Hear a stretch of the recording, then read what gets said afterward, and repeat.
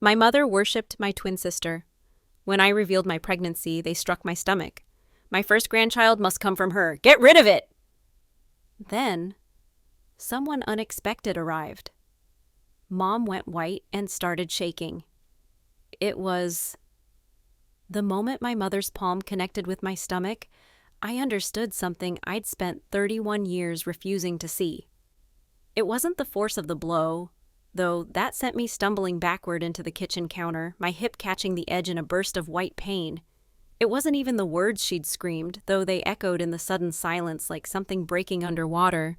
It was the expression on my twin sister Margot's face as she watched. Nothing, not horror, not satisfaction, not even surprise. Just the same pleasant, patient blankness she'd worn since we were children, waiting for whatever she wanted to materialize before her like it always did. I pressed my hand flat against my abdomen, still flat enough that no one would notice, still early enough that the doctor had warned me about percentages and possibilities, and I felt the counter digging into my spine, and I thought, you always knew. You just didn't want to know. Lena! My mother's voice had dropped from its shriek to something worse, something controlled. Do you understand what you've done? I was still trying to breathe normally. The baby books I'd been reading secretly for the past 3 weeks talked about cortisol and stress hormones and the importance of remaining calm. I thought about my blood moving through me. I thought about what it was carrying now. I'm pregnant, I said again, because I didn't know what else to say. I'm having a baby. No? My mother took a step toward me and I flinched. I couldn't help it. 31 years old, and I flinched away from my own mother like I was still 8 and had tracked mud onto her white carpet. No, you are not. Margot has been trying for 2 years. 2 years, Lena. Do you think I'm going to celebrate you getting pregnant first? Do you think this family is going to... Mom. Margot's voice, finally, soft, reasonable, the voice she used when she wanted something and knew she'd get it. Maybe we should all sit down. I looked at my sister. We have the same face, had the same face anyway, before she started the subtle work of differentiation in high school. The nose refinement at 17, the eyelid surgery at 23, making her eyes slightly larger, more doll-like. The lip fillers that came and went depending on the trend. We started as identical, and she'd spent 15 years editing herself into the preferred version. Now she stood in our mother's kitchen, in cream silk and camel-colored slacks, her highlighted hair falling in the precise waves her stylist created twice a week, and she looked at me the way you'd look at a stain on a restaurant tablecloth. Unfortunate. Inconvenient. Something to be addressed. Sit down, my mother repeated, though she didn't move toward the chairs. Yes, let's all sit down and discuss how we're going to handle this. Handle it? Lena. The control was cracking at the edges. I could see it in the way her fingers were pressing into her palms, the tendons standing out. You are not married. You work at a nonprofit making nothing. You live in that sad little apartment with the street parking, and you think, what? That you're going to have this baby and everything will be fine, that I'm going to throw you a shower while Margot is still failing, I said. The words came out before I could stop them. 15 years of being the lesser twin, of watching Margot get the graduation trip to Paris while I got a card with a check that didn't cover my textbooks, of standing in the background of every family photo while my mother's arms stayed wrapped around Margot's waist. 15 years of silence and swallowing and smiling through it, and suddenly I was done. While Margot is still failing, I repeated, to do the one thing she's supposed to do, the one thing you've been grooming her for her whole life. Find a rich husband, have beautiful babies, continue the dynasty. And she found Harrison, and Harrison has more money than God. And they've been trying for 2 years and nothing. So you're not actually angry that I'm pregnant, Mom. You're angry that the wrong daughter is pregnant. My mother's face went through something I'd never seen before. A kind of twisting, like she was trying on different expressions and none of them fit. Rage, then something like grief, then back to rage. You think you know everything, she said quietly. You think you understand what I've built, what I've sacrificed. What you've built is a daughter who can't function unless someone's telling her she's special, I said. and another daughter who learned to function by pretending she didn't exist. I'm not sure what sacrifice was involved in that. From where I stood, it just looked like preference. Margot made a small sound. Not quite a word, just an exhale like I'd said something tedious. Lena. She stepped closer, and I saw that she was still holding her wineglass. She hadn't even put it down when our mother hit me. You're being dramatic. Mom is just surprised. We all are. But you have to understand how this looks. I've been preparing for a baby for 2 years. The nursery is designed. I've been doing the supplements, the acupuncture, I haven't been doing anything, I said. I wasn't trying, I wasn't planning, I met someone, and I wasn't careful, and now I'm pregnant, that's all. I didn't do it to hurt you. But you did. Margot's voice was still soft, still reasonable. You did hurt me. You're always hurting me, Lena. Ever since we were kids, demanding attention you don't deserve, making everything about yourself. I stared at her. The kitchen was silent except for the hum of the Sub-Zero refrigerator and the tick of the anniversary clock my father had given my mother before he died. The pendant lights over the island cast Margot in a warm glow that made her look like something from a magazine. She'd probably positioned herself there on purpose. She'd been doing that since she was 14 and discovered her good angles. I don't demand anything, I said. I never have. You demand it by existing. Margot took a sip of her wine. By being there, always being there, in my space, wearing my face, making people look at you when they should be looking at me. You know how exhausting it is? Having a twin, having to share everything constantly. The face, the birthday, the parents. She glanced at our mother. The parent. Margot. Our mother's voice was a warning. She should hear this. Margot set her wineglass down on the marble counter with a precise click. She's been playing the victim her whole life, Mom. Poor Lena, always overlooked. Poor Lena, never the favorite. She never stops to think that maybe she's not the favorite because she's not worth favoring. I should have been hurt. Some part of me was, distantly, in a way I'd examine later when I was alone and could afford to fall apart. But mostly, I was just tired. Tired of standing in this kitchen that had never welcomed me. Tired of trying to find the right words to explain myself to people who'd already decided I didn't deserve an explanation. Okay, I said. Margot blinked. It was small, but I saw it. A flicker of confusion crossing her face. This wasn't how the script was supposed to go. I was supposed to cry or apologize or promise to make it right. I was supposed to perform the role of the difficult sister who eventually saw reason. Okay, she repeated. Yeah. I straightened up from the counter, my hips still throbbing where it had caught the edge. You're right. I shouldn't have come here. I shouldn't have thought. I stopped. What had I thought? That they'd be happy? That finally, after all this time, I'd done something they couldn't ignore, something they'd have to acknowledge? It doesn't matter what I thought. I'm going to go. You're not going anywhere. My mother stepped between me and the door. We haven't finished discussing this. Discussing what? Whether I'm going to terminate my pregnancy so Margot can have the first grandchild? I shook my head. That's not a discussion, Mom. That's not even a request I'm going to pretend to consider. Lena, move. My mother didn't move. She stood in front of me, her body rigid with something that might have been fury or might have been fear, and she said, If you have this baby, you're not part of this family anymore. Do you understand? You won't exist to us. I'll have one daughter and no grandchildren until Margot. Until Margot what? I asked.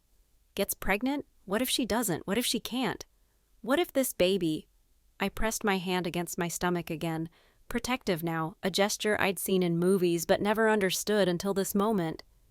Is the only grandchild you ever get? Are you still going to pretend it doesn't exist? Margot will have a baby. My mother's voice was certain, the way it was certain about everything. The weather, the stock market, the fundamental order of the universe and her position at its center. She just needs more time, and you are not going to ruin this for her. I'm not ruining anything. I'm living my life. Your life. My mother laughed. It wasn't a pleasant sound. Your sad little life, Lena. Working at that charity organization, making $40,000 a year. Living alone in a studio apartment. What kind of life is that for a child? What kind of life is that for any neg? It's mine, I said, and it's going to include this baby whether you accept it or not. I moved toward the door.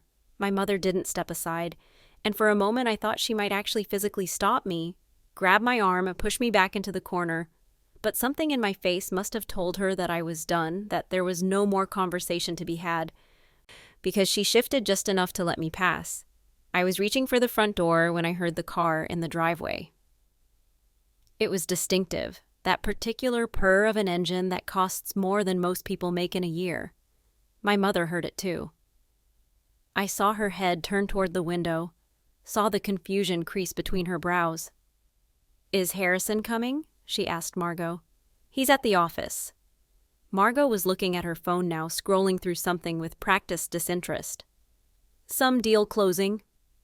The engine cut off. A door opened, then closed with the solid thunk of German engineering. Footsteps on the driveway, then on the porch. The doorbell rang. My mother looked at me. I looked at her, neither of us moved. The doorbell rang again. "For God's sake," Margot muttered and walked past both of us to open the door. I saw her back stiffen. I saw her hand tighten on the doorframe. I heard her say, "What?" and then nothing, because she seemed to have run out of words. A voice I hadn't heard in 8 years said, "Hello, Margot. Is Lena here?" My mother went white. It was remarkable, actually, the speed of it. One moment she was standing in the kitchen doorway, her face flushed with anger and righteous certainty. The next, all the color had drained from her skin, leaving her looking like something carved from old candle wax. "No," she said. Not loudly, almost a whisper. "No, you can't be here." Thomas Ashford stepped past Margot into the foyer. He'd aged well, better than well. At 46, he had the kind of silver-threaded dark hair that made men look distinguished rather than old. And his eyes were still that particular shade of gray-blue that I remembered from a long time ago, when everything had been different. "Eleanor." He nodded at my mother with the politeness of someone acknowledging a minor acquaintance. "It's been a while." "You need to leave." My mother's voice was shaking. I'd never heard it shake before. "You have no right to be here. This is my home. And Lena is my daughter," Thomas said quietly. "So I think I have some right to be where she is." The room went very still. I was aware, distantly, that I'd stopped breathing. That Margot was standing frozen by the door with her hands still on the frame. That my mother's face had gone from white to something approaching gray, like she was about to faint. "What?" Margot's voice came out high and strange. "What did you say?" "You heard me." Thomas looked at me. "Hello, Lena. I'm sorry it took me so long to find you. Your mother was very good at covering her tracks."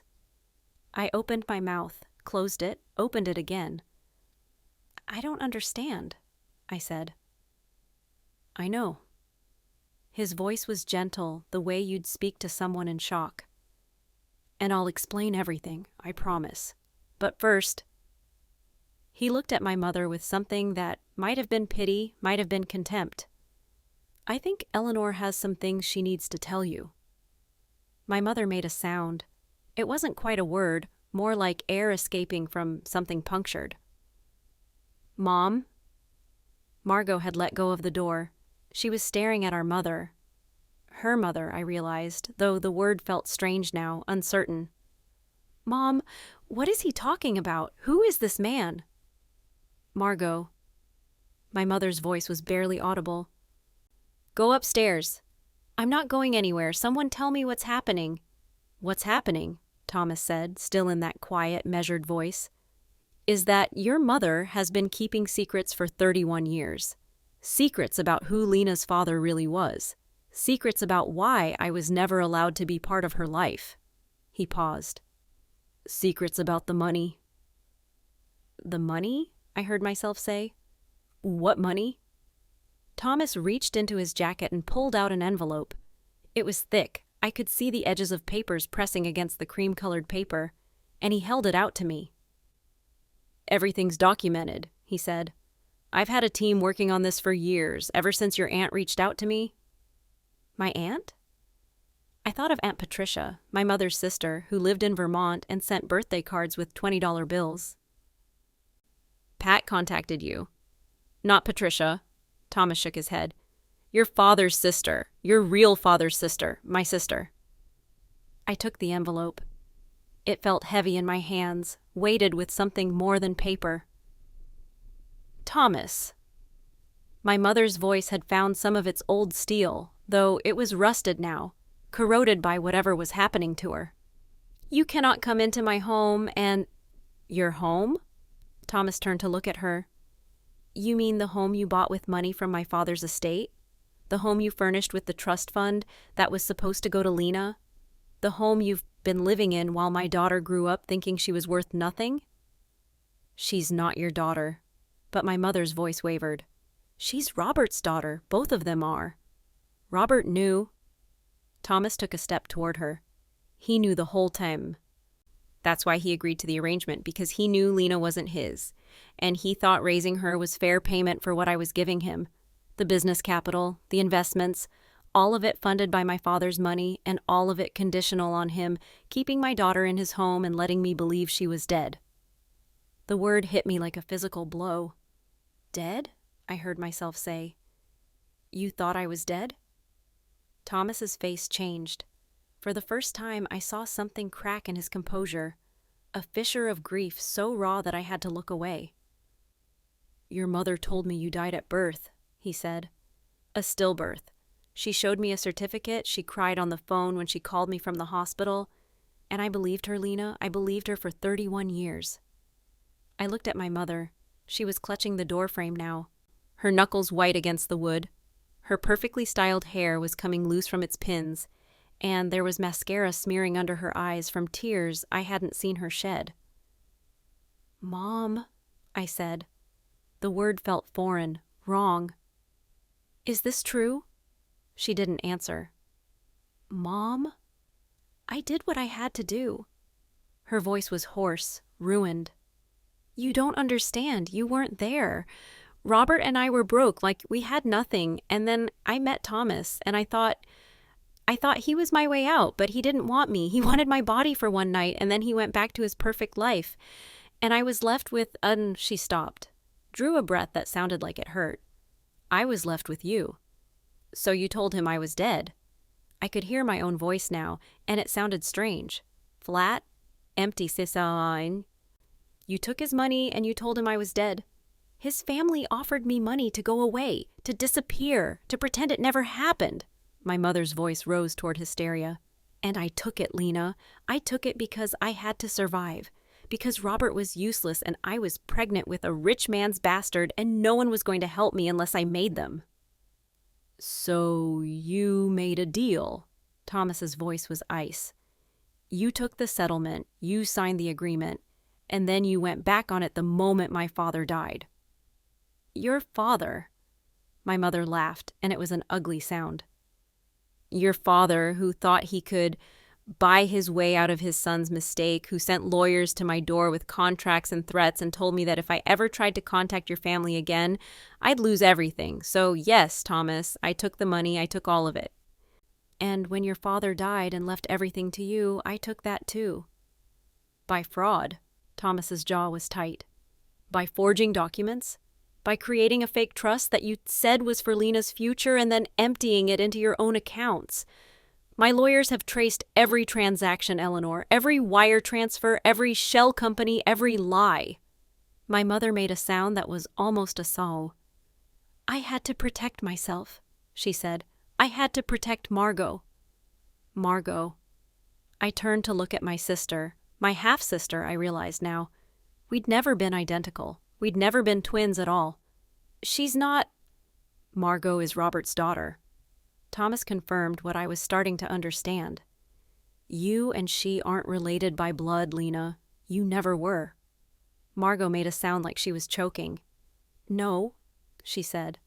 No, that's not— We're twins. We've always been twins. We have the same birthday. You have the same birthday because your mother lied on Lena's birth certificate. Thomas's voice was relentless now, the voice of someone who'd been waiting years to say these words. She changed the date. made you appear to be born the same day, the same hospital, the same time. It wasn't difficult. Record keeping in 1994 wasn't what it is now, and she had money to spread around, money from my family. I was still holding the envelope. I realized my hands were shaking. I need to sit down, I said. Thomas was at my side in an instant, his hand on my elbow, guiding me toward the living room. Here, sit. Do you need water? Are you feeling... I'm pregnant. The words came out without my permission. I came here to tell them I was pregnant, and my mother... I stopped. Started again. The woman I thought was my mother hit me. In the stomach. She told me to get rid of it. Thomas's face went very still. She hit you? Yes. She hit you, he repeated, while you're pregnant with my grandchild. Thomas, my mother's voice was desperate now. Thomas, you have to understand. I understand plenty. He didn't turn around to look at her. I understand that you've spent 30 years taking everything from my daughter, her family, her history, her inheritance, and now you've tried to take her child. He pulled out his phone. Who are you calling? My mother demanded. Thomas, don't you dare. My lawyer, he said, and then the police. The police didn't arrest my mother that night. They took statements. They took photographs of the bruise that was blooming on my hip, purple and green like something rotting. They asked me questions in careful voices. Did she strike you intentionally? Was there anyone else involved? Do you feel safe staying here? I didn't feel safe. I hadn't felt safe since the moment her palm connected with my stomach. But I didn't say that. I just answered their questions and signed their forms and waited for them to leave so I could figure out what to do next. Thomas stayed. He sat in my mother's living room like he belonged there, which I suppose, in some sense, he did. The room had been paid for with his family's money, after all. The couch, the rugs, the art on the walls, all of it purchased with funds that were supposed to be mine. There's a guest house, he told me after the police had gone. On my property in Connecticut. It's private. You'd have your own space. You could stay there while we sort everything out. I was sitting on the edge of the armchair my mother had always told me not to sit in. Too expensive, she'd said. Too easy to stain. Margot's chair. I have an apartment, I said. I know. He looked at me with something like gentleness. But you're pregnant, and you've just had a significant shock, and I don't think you should be alone right now. I've been alone my whole life. The words came out sharper than I intended. I'm used to it. Something moved across his face. Pain or guilt or some combination of the two. You shouldn't have been, he said quietly. If I'd known, but you didn't. You thought I was dead. I did. He was silent for a moment. I mourned you. For years, I mourned you. I had a headstone made. I visited it on what I thought was your birthday, the fake birthday. I know now. I talked to you like you could hear me. I didn't know what to say to that. I didn't know what to feel about it. My whole life had been built on a foundation that turned out to be sand, and now everything was shifting, collapsing, reforming into shapes I didn't recognize. Why now? I asked. Why did you find me now? My sister. Thomas pulled out his phone, showed me a photograph. A woman in her 70s, silver-haired and sharp-eyed, standing in front of a garden. She never believed Eleanor's story. She thought something was wrong, the timing, the circumstances, the way Eleanor disappeared so completely after the settlement. But I wouldn't listen. I was too lost in my own grief to hear what she was trying to tell me. What changed? She hired someone. He put the phone away. A private investigator. She did it behind my back because she knew I'd try to stop her. He took 2 years to find you, but he did. He found your birth certificate, the real one, with the right date. He found the hospital records that showed you were born alive. He found the financial trail that led from my father's estate to your mother's accounts. He paused. He found you. I thought about the last 2 years, the quiet routine of my life, work, grocery shopping, occasional drinks with colleagues, the slow accumulation of days that didn't seem to lead anywhere. I'd been living in that studio apartment, eating dinner alone, falling asleep to the sound of traffic, and the whole time someone had been looking for me. Someone had been trying to find me. Why didn't you just tell her? I asked. Your sister. Why didn't you believe her when she said something was wrong? Thomas looked down at his hands. They were large hands, well manicured, the hands of someone who'd never had to worry about money. Because believing her meant believing I'd lost more than I could bear, he said. If your mother had lied, if you were alive somewhere, growing up without me, that meant I'd failed you. It meant I'd let you go without a fight. It was easier to believe you were dead than to believe I'd abandoned you. You didn't abandon me. I wasn't sure why I was comforting him, maybe because I'd spent 30 years learning to smooth over other people's pain, to make myself small enough that they could feel big. You didn't know. I should have known. He looked up. I should have pushed harder, asked more questions, not trusted someone who had every reason to lie to me. She was very convincing, I said. She's been convincing people her whole life. Yes. Thomas stood up, walked to the window that looked out onto the manicured lawn. My mother, Eleanor, had fled to the upstairs bedroom hours ago, and Margot had disappeared shortly after. The house was quiet in the way of places that hold too much history. She's also been stealing from you for 30 years. The trust my father set up for you, the money that was supposed to provide for your future, she's taken all of it, transferred it into accounts under her name, used it to fund this house, Margot's education, everything. How much? I asked. How much was there? He told me. I sat very still. Yes. I could have... I know. I thought about the scholarships I'd scraped together for college, the loans I was still paying off, the entry-level jobs I'd taken because I couldn't afford to wait for something better. I thought about the nonprofit where I'd worked for 8 years, stretching every dollar, learning to live on less because I'd never had more. And the whole time there had been money, my money, sitting in accounts that bore my name but required my mother's signature, draining slowly into her life while I struggled through mine. I want to see the documents, I said. Thomas nodded. He brought me the envelope he'd shown me earlier, and I opened it, and I read. I didn't stay in my mother's house that night. I didn't go to Thomas's guest house either. Instead, I went home to my sad little studio apartment with the street parking and the radiator that made banging sounds at 3 a.m. and the window that looked out onto a brick wall.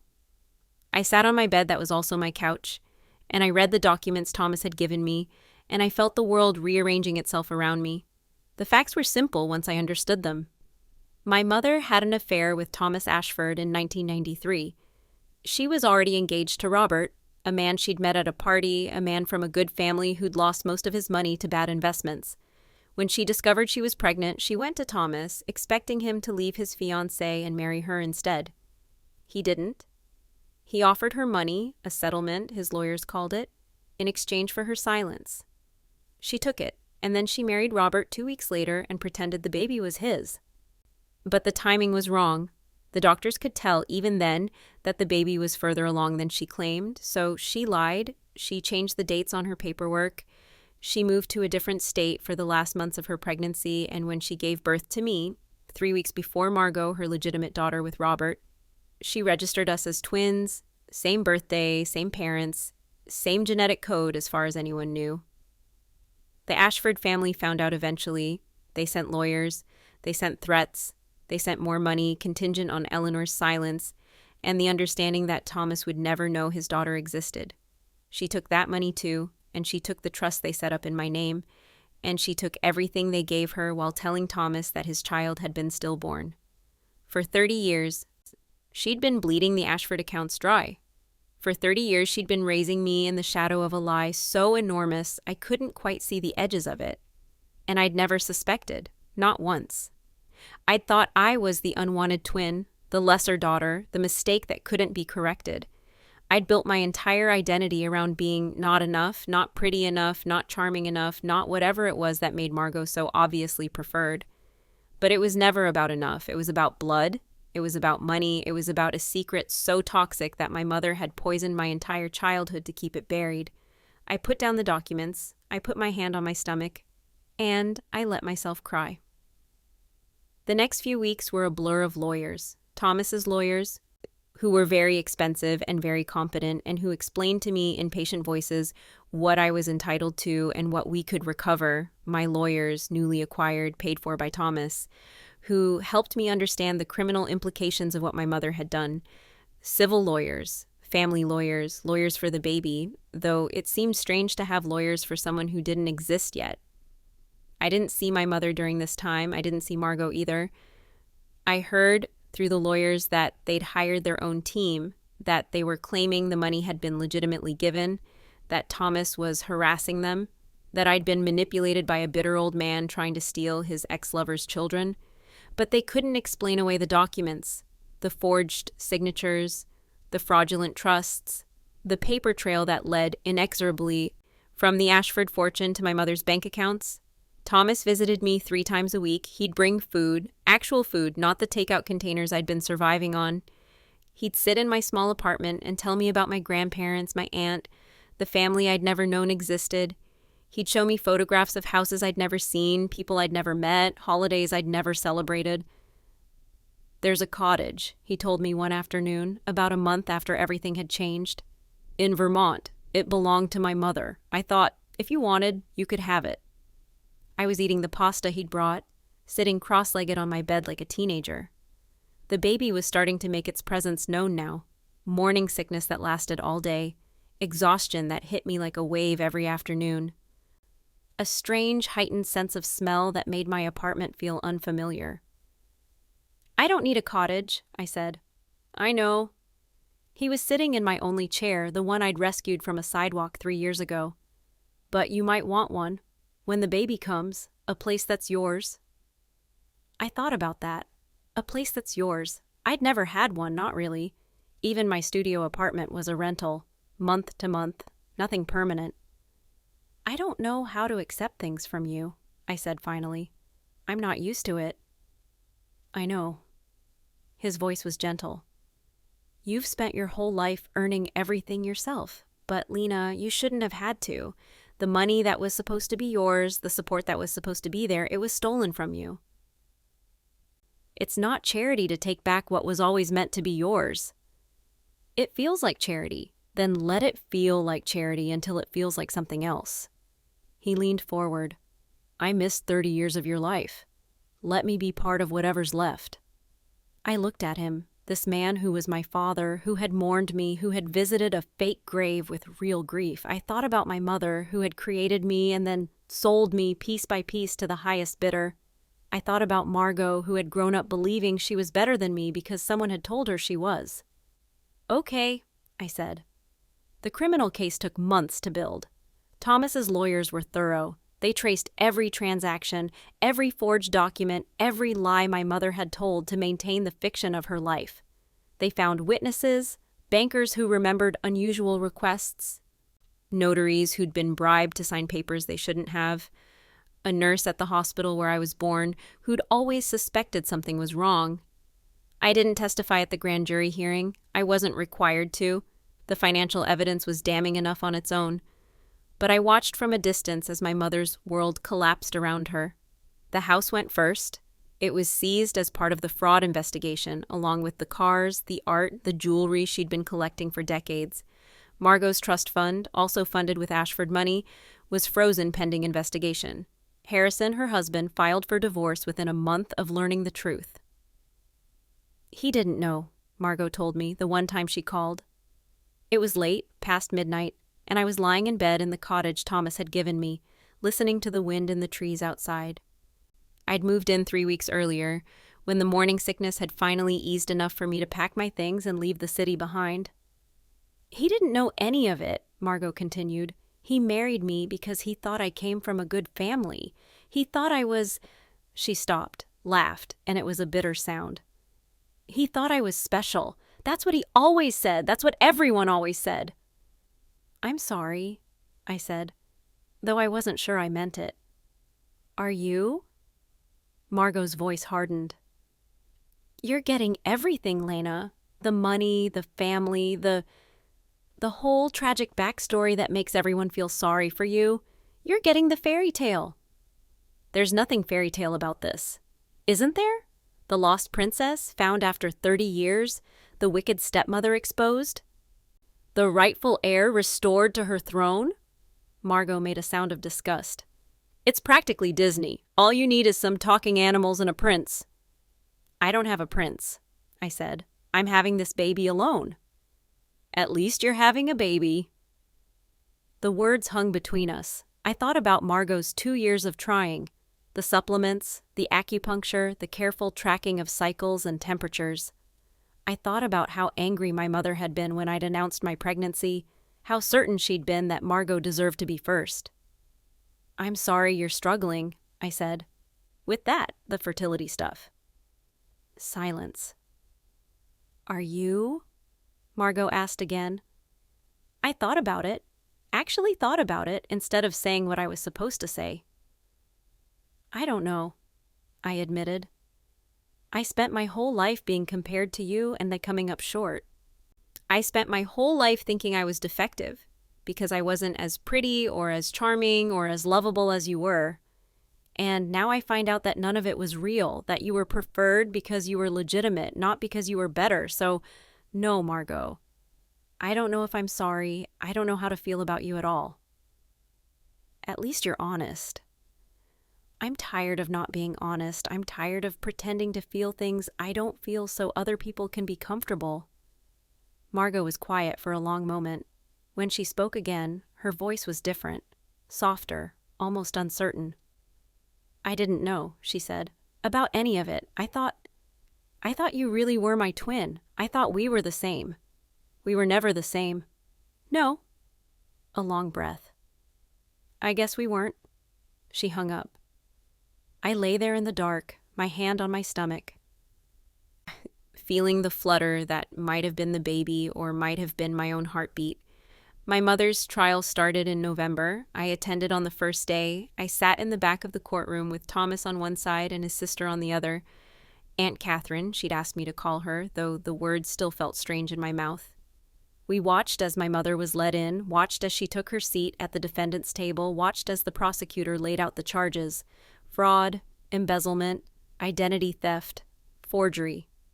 She didn't look at me, not once. She kept her eyes fixed straight ahead, her face composed into the mask of dignified suffering she'd been practicing for weeks. Poor Eleanor, her lawyers were arguing, and manipulated by the Ashfords, coerced into accepting money she didn't understand. A victim, really, of powerful men who'd taken advantage of a vulnerable young woman. The jury didn't buy it. Maybe it was the documents. Maybe it was the bank records showing exactly how she'd spent the money, the houses, the vacations, the designer clothes and private schools for Margot while I went without. Maybe it was the testimony from the hospital nurse, now in her 70s, who'd never forgotten the woman who'd paid her to change a birth certificate. Maybe it was just that the evidence was overwhelming, and there's only so much sympathy you can generate when you've been stealing from your own child for 3 decades. The verdict came down in March, 2 weeks before my due date. Guilty on all counts. The sentencing would come later, but the lawyers said she was looking at years. How many depended on factors I didn't understand and didn't want to. I didn't attend the verdict. I was at home in the cottage, waiting for a baby that seemed determined to take its time. Thomas called to tell me the news. I listened, said the right things, hung up, and went back to folding onesies in the nursery I'd finally finished decorating. She was born on a Tuesday in April. The labor was long and difficult, as first labors often are. Thomas waited in the hallway. I'd asked him to be there, though I wasn't sure why, except that it seemed wrong for my daughter to enter the world with no family present. Catherine came too, and a cousin I'd only met once, and a whole collection of Ashfords who'd appeared in my life over the past year, like forgotten relatives emerging from an attic. I named her Grace. It wasn't a family name, it wasn't meaningful or significant or chosen for any particular reason. It was just the word that came to me when I looked at her for the first time, this small, angry, perfect creature who'd made her way into the world against all odds. Grace. Thomas cried when he held her. He stood in my hospital room with my daughter in his arms, tears streaming down his face, and said, "I never thought I'd have this, any of this." "Neither did I said. It was true. A year ago, I'd been living in a studio apartment, working at a nonprofit, expecting nothing from my future except more of the same. Now I had a father, an aunt, a cottage in Vermont. A daughter with my eyes and a last name that had never been my... I still dreamed about my mother sometimes, about standing in her kitchen while she screamed at me, about the feeling of her palm against my stomach, the terror that had flooded through me in that moment. I woke up from those dreams, shaking, reaching for Grace's bassinet, needing to feel her warmth, to know she was safe. But the dreams were getting less frequent, the fear was getting smaller. Margot reached out when Grace was 3 months old. It was a letter, handwritten, which surprised me. Margot had never been the type for handwritten anything. She'd always preferred text messages, voice memos, the kind of communication that could be deleted when it became inconvenient.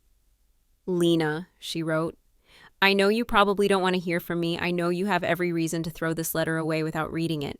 But I need to say some things, and I need to say them where you can choose whether to listen. I'm sorry, not for what Mom did.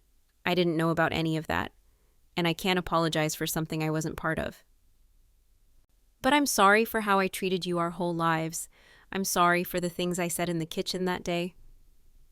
I'm sorry for believing without ever questioning it that I was better than you. I don't know why I believed it. Maybe because Mom told me to.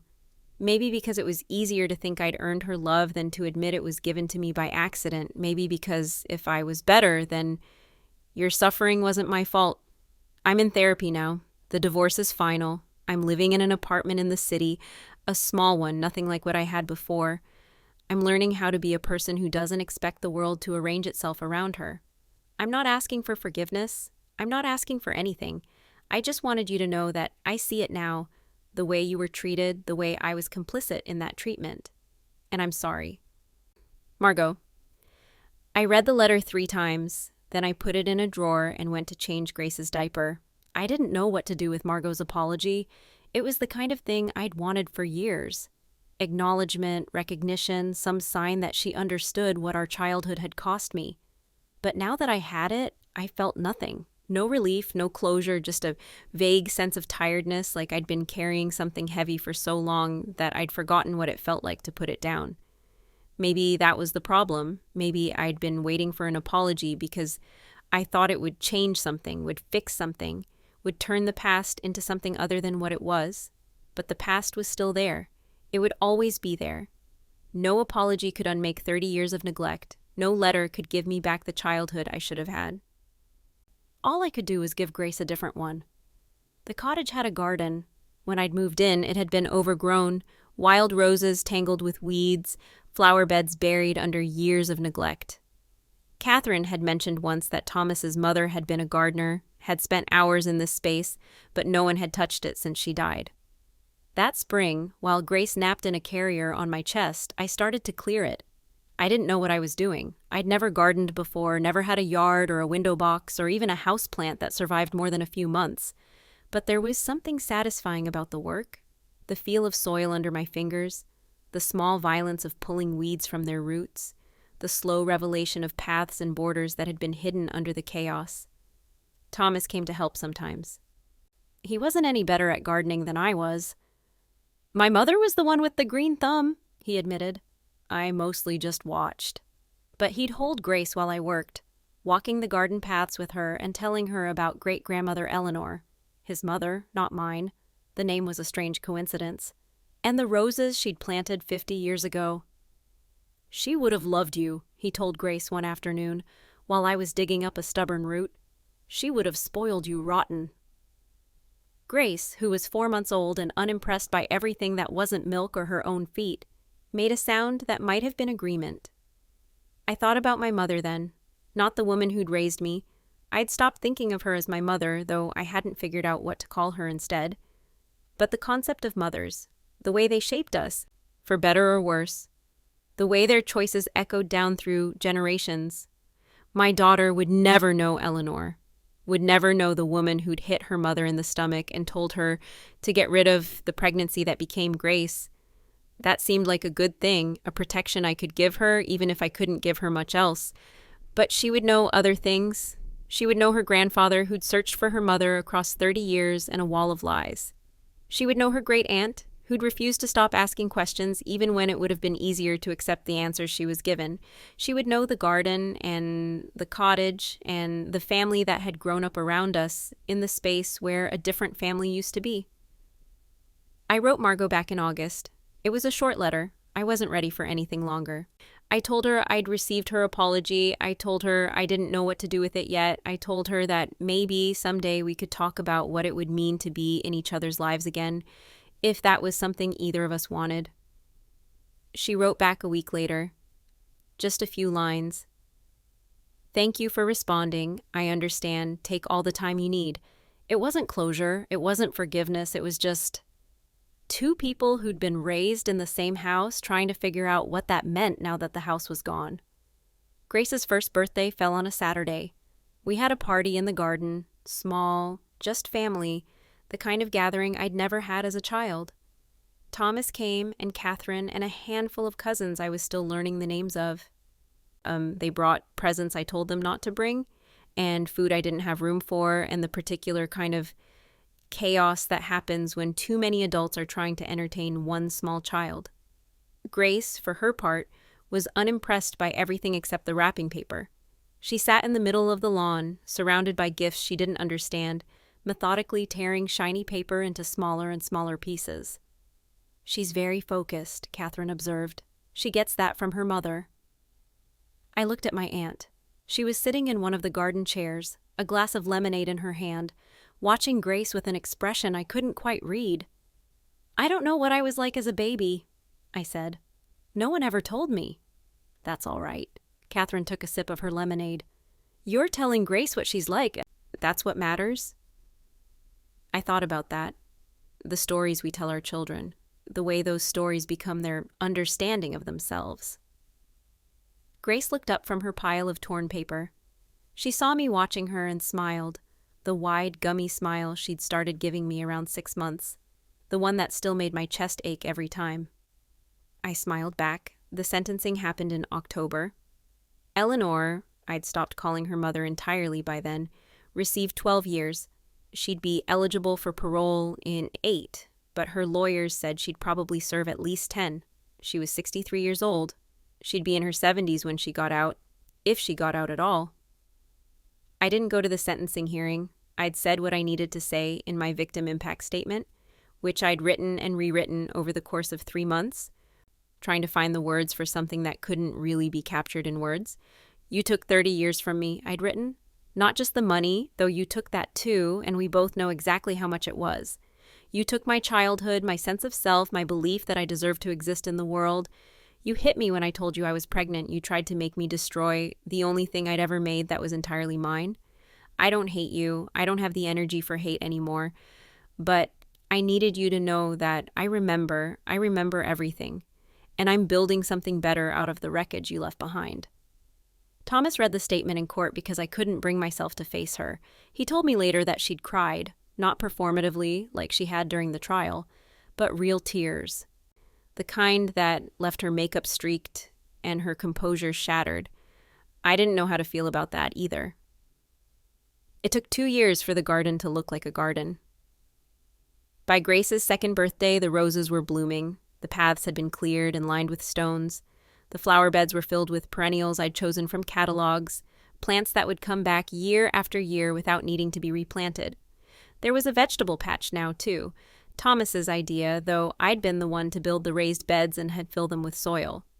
Grace loved to help me water, even though her idea of watering was mostly just splashing herself and whoever was standing nearby. "Mama," she said one afternoon, pointing at a tomato plant that was taller than she was. "Big?" "Yes," I agreed. "It's big. It grew from a tiny seed." She considered this. At 2, she was deep in the phase of considering things, staring at ordinary objects like they held secrets, asking why about everything from gravity to the color of the sky. "I grow?" she asked. "You grew." I picked her up, settled her on my hip. She was heavy now, solid and strong, nothing like the fragile bundle I'd brought home from the hospital. "You grew from something tiny into something big." "Like tomato?" "Like tomato." She seemed satisfied with this.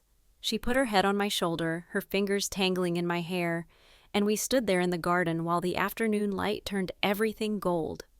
Margot came to visit once, when Grace was almost 3. It wasn't planned. She'd called the day before, her voice uncertain, asking if it would be okay. I'd said yes before I could think about it, and then spent the night wondering if I'd made a mistake. She arrived around noon in a car that was smaller and older than anything she'd driven before. She was thinner than I remembered, not unhealthy, just reduced somehow, like parts of her had been pared away. "The cottage is beautiful," she said, standing in my kitchen. I didn't know it existed. Neither did I, until last year.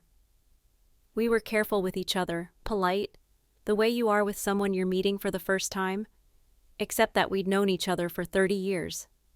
Grace helped. She was 3 now, and fearless and completely uninterested in the complex history between the adults in her life. She showed Margot her toys. She demanded that Margot watch her climb the low wall by the garden. She fell asleep in Margot's lap after lunch, exhausted from the effort of being fascinating.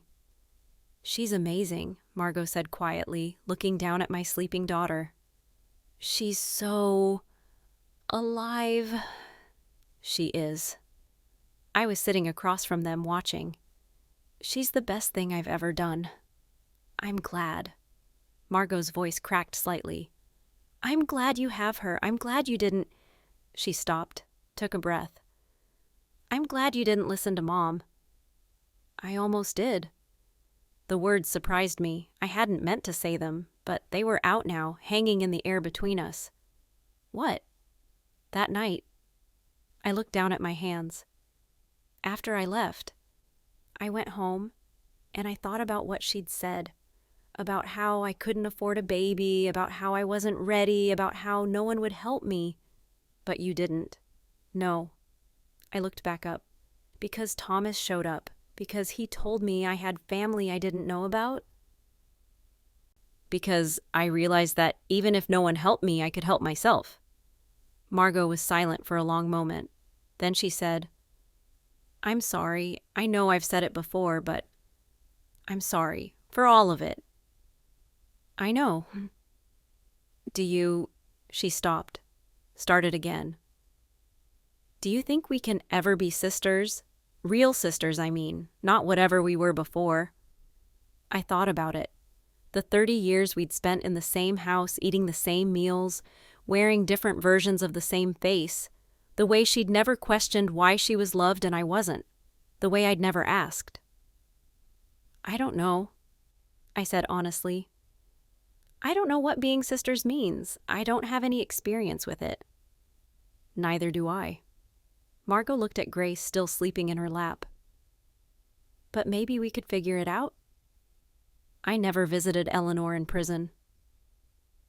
She wrote to me sometimes, letters that arrived in plain white envelopes, no return address, but I knew where they came from. I didn't read them. I just put them in a drawer, one on top of another, a growing stack of paper that represented years of words I didn't want to hear. Thomas told me she was getting older, that prison was hard on her, that she'd been in the medical unit twice for issues related to her age.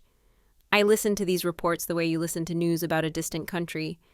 Sad in an abstract way, not quite real. She wasn't my mother. She'd never been my mother. She'd been a woman who bore me and sold me and spent 30 years pretending I was something she'd wanted to be rid of. I didn't owe her forgiveness. I didn't owe her anything. But sometimes, late at night, when Grace was asleep and the cottage was quiet, I thought about her, about the choices she'd made and why she'd made them, about whether things could have been different, if she'd been different, if I'd been different, if the world had been different. I never reached any conclusions. Grace started kindergarten the year Eleanor died. It wasn't a peaceful death. She'd been sick for months, the kind of systemic failure that happens when bodies get old and tired and stop wanting to continue. Thomas called to tell me when it happened, his voice careful, like he wasn't sure how I'd react. I didn't know how I'd react either. "Do you want to attend the funeral?" he asked. "Is there going to be one?" "I don't know. Margot mentioned something about a service. Small. Private." I thought about it. Standing in some funeral home, looking at a box that held what was left of the woman who'd shaped my life in all the wrong ways. What would I say? What would I feel? No, I said finally. I don't think I need to. All right. Thomas was quiet for a moment. Are you okay? I don't know. It was honest, at least. I don't know what I'm supposed to feel. You're not supposed to feel anything, he said gently. You just feel whatever you feel. I thought about that for a long time after we hung up. Whatever you feel. As if feelings were simple things that came when summoned and left when dismissed. What I felt was nothing. Not relief, not grief, not satisfaction that she'd died in prison, forgotten by almost everyone who'd once celebrated her. Just a kind of emptiness, like a room that had been cleared of furniture. She was gone now. All the harm she'd done was in the past, and I was still here. Grace is 8 now. She's tall for her age. Taller than I was at 8, taller than anyone in my family has ever been. She has her grandfather's gray-blue eyes and my stubborn streak, and a laugh that sounds like nothing I've ever heard before, something entirely her own. We still live in the cottage. Thomas visits every week, and Catherine comes for holidays, and the garden has grown into something beautiful. Overgrown in places, wild in others, nothing like the perfect lawns of the house where I grew up. Margot and I have lunch once a month. It's not quite sisterhood. I don't know if it ever will be, but it's something. 2 women who share a history, trying to build something new out of the pieces. I think about the past sometimes, about the kitchen in my mother's house, the moment her palm connected with my stomach, the way everything changed between one breath and the next. I think about the fear I felt, and the anger, and the strange, terrible relief when Thomas walked through the door. But mostly, I think about what came after. The garden, the cottage, the family I built from the ruins of the one I was born into. Grace comes running in from outside, her shoes muddy, her hair wild. "Mama, there's a bird's nest in the rose bush. Can I show you?" "Yes," I say. "Show me." We go out into the garden together, my daughter pulling me by the hand toward whatever wonder she's discovered. The afternoon light is soft, golden, the kind of light that makes everything look like a memory. I don't know what the future holds. I don't know if the past will ever stop echoing through my life. But I know that I'm here, present, alive, holding my daughter's hand in a garden that grew from nothing. That's enough. That's everything. I used to think revenge was something you did to other people. Something sharp and satisfying, a blade you wielded to settle scores. I was wrong. Revenge is living. It's standing in a garden you built with your own hands, watching your daughter discover a bird's nest in the roses. It's saying no to the people who tried to erase you, not with anger but with absence, just quietly, firmly, walking away. My mother hit me in the stomach when I told her I was pregnant. She told me to get rid of my child so her preferred daughter could have the first grandchild. Now she's gone, and I'm here, and Grace is 8 years old and asking me questions about birds and roses and where babies come from. That's the ending to my story. Not punishment, not justice, just life continuing.